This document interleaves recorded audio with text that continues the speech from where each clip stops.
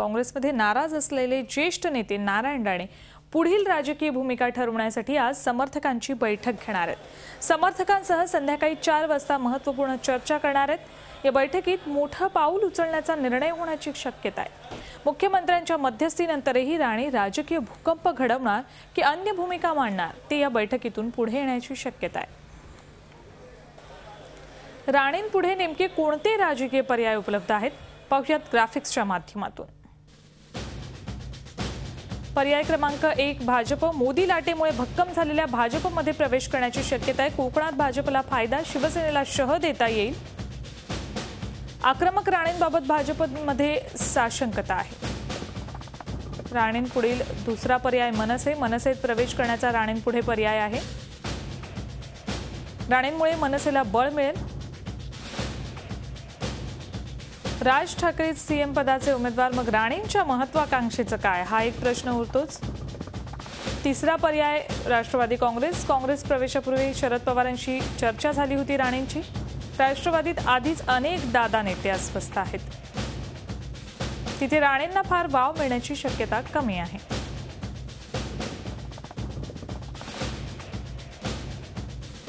चौथा पर्याय शिवसेना, पुन्हा शिवसेनेत परतण्याचा पर्याय राणेंपुढे आहे।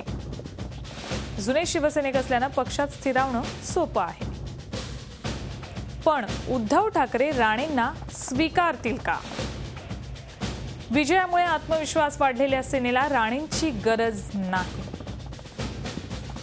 आणि पाचवा पर्याय नव्या पक्षाचा आहे। स्वतःचा वेगळा पक्ष काढण्याचा नारायण राणेंपुढे पाचवा पर्याय आहे। निवडणुकीच्या तोंडावर स्वतंत्र अस्तित्व निर्माण करणं कठीण आहे। स्वतःचा वेगळा पक्ष काढण्याचा नारायण राणेंपुढे पर्याय आहे, पण निवडणुकीच्या तोंडावर स्वतंत्र अस्तित्व निर्माण करणं कठीण आहे। या संदर्भात आपण चर्चा करणार आहोत आमचे प्रतिनिधी दीपक भातुसे यांच्यासोबत। दीपक, एकतर नारायण राणेंपुढे पर्याय काय काय आहेत ते आत्ताच आपण ग्राफिक्सच्या माध्यमातून पाहिलेलं आहे, पण काय वाटतंय राणे काय भूमिका घेऊ शकतात? सुवर्ण, खरं तर या संदर्भातच उत्सुकता आहे, कारण सोमवारी जेव्हा आपण झी24 तासने प्रथम ही माहिती दिली होती की नारायण राणे काँग्रेसमध्ये अस्वस्थ आहेत आणि राजकीय भूकंप घडवण्याच्या तयारीत आहेत, त्याच्यानंतरच्या हालचाली ज्या झाल्या त्या काँग्रेसने त्यांची नाराजी दूर करण्याचा प्रयत्न केला। स्वतः मुख्यमंत्र्यांनी याच्यासाठी पुढाकार घेतला होता आणि मुख्यमंत्र्यांनी त्यांच्याशी जवळपास 1.5 तास चर्चा केली। या चर्चेनंतर मुख्यमंत्र्यांनी त्यांना शांत राहण्याचं आवाहन केलं। त्याचबरोबर 2 दिवसांनी आपण पुन्हा चर्चा करू असं आश्वासन मुख्यमंत्र्यांनी दिलं आहे। राणेंनी त्या मुख्यमंत्र्यांच्या चर्चेनंतर 2 दिवस थांबण्याचा निर्णय घेतला होता। 2 दिवस मुख्यमंत्री बोलवतात, 2 दिवसानंतर काय पुन्हा मुख्यमंत्र्यांची चर्चा होते हे पाहून राणे पुढचं पाऊल उचलणार होते, पण त्याच्या आधीच आता राणेंनी आपल्या समर्थकांची बैठक बोलवलेली आहे। त्यामुळे कुठेतरी पुन्हा एक वेगळी राजकीय चर्चा सुरू झालेली आहे की राणे समर्थकांची चर्चा का करतायत आणि समर्थकांची चर्चा करून राणे पुढची भूमिका काय ठरवणार। खरं तर लोकसभा निवडणुकीच्या पराभवानंतर राणे कुठेतरी अस्वस्थ होते आणि राणेंची अस्वस्थता वाढत गेली, कारण काँग्रेसने कुठल्याही निर्णय प्रक्रियेत त्यांना सहभागी करून घेतलं नाही। राणेंना कुठलाही महत्त्वाचा निर्णय घेताना काँग्रेसने विचारलं नाही आणि राणेंची एक भावना राणेंच्या मनात झाली की काँग्रेस पक्षाकडनं आपल्याला डावलं जात आहे।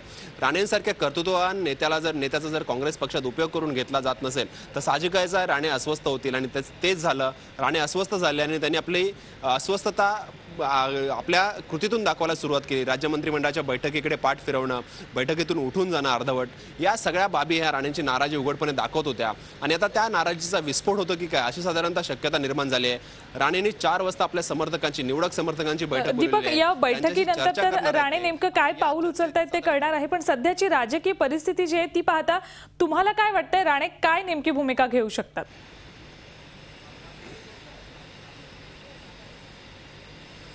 सुवर्ण, खरं तर राणेंच्या मनात काय चाललंय हे आत्ता सांगणं कठीण आहे। राणेंनी साधारणतः 3 दिवसापूर्वी पत्रकारांशी बोलताना सांगितलं होतं की मी तुम्हाला 2 दिवसात मोठी बातमी देतो। आता ही बातमी नक्की काय आहे ते अद्याप स्पष्ट झालेलं नाही, ते गुलदस्त्यात आहे। कारण मध्यंतरी गोपीनाथ मुंडे यांच्या निधनामुळे 2 दिवस असेच गेले, त्या दरम्यान कुठल्याही प्रकारची राजकीय चर्चा किंवा हालचाली राणेंना करता आल्या नाहीयेत। आता याच्या पुढचं पाऊल राणेंचं काय असेल त्याबाबत राजकीय वर्तुळात उत्सुकता आहे। आणि राणेंनी 2008 साली जसं काँग्रेस विरोधात आवाज उठवला होता, 2008 साली जेव्हा मुख्यमंत्री पद त्यांना दिलं गेलं नाही, अशोक चव्हाणांना मुख्यमंत्री केलं, त्यावेळेला राणेंचा विस्फोट झाला होता त्यांचा अस्वस्थतेचा आणि त्यावेळेला त्यांनी थेट काँग्रेस पक्षावर, काँग्रेस अध्यक्षांवर टीका केली होती। त्यावेळेला राणेंना पक्षातून निलंबितही करण्यात आलं होतं, परंतु कालांतराने राणेंचं निलंबन मागे घेऊन त्यांना पक्षात घेण्यात आलं, त्यांच्याकडे उद्योग खातं देण्यात आलं। गेल्या 3 ते 4 वर्षाच्या काळात राणे पूर्णपणे शांत होते. खरं तर राणेंचा शांत राहण्याचा स्वभाव नाहीये, तरी सुद्धा काँग्रेसमध्ये राणे शांत राहिले, कारण त्यांना राजकीय आपला कारकीर्द घडवायची होती, त्यांच्या मुलांची राजकीय कारकीर्द घडवायची होती काँग्रेसमध्ये. त्यामुळे कुठेतरी राणे हा सगळा अस्वस्थपणा आतल्यात सहन करत होते.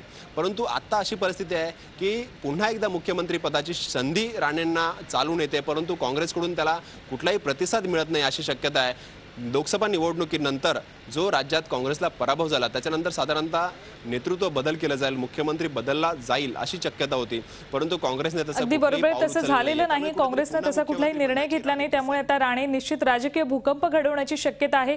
दुपारी 4 वाजता समर्थकांची बैठक घेणार, त्यानंतर कदाचित हा भूकंप होण्याची शक्यता आहे. धन्यवाद दीपक. या बातमीवर नजर ठेवून राहा. आम्ही तुमच्याकडनं या संदर्भातले सगळे अपडेट्स घेणार आहोत. झी 24 तास रहा एक पाऊल पुढे.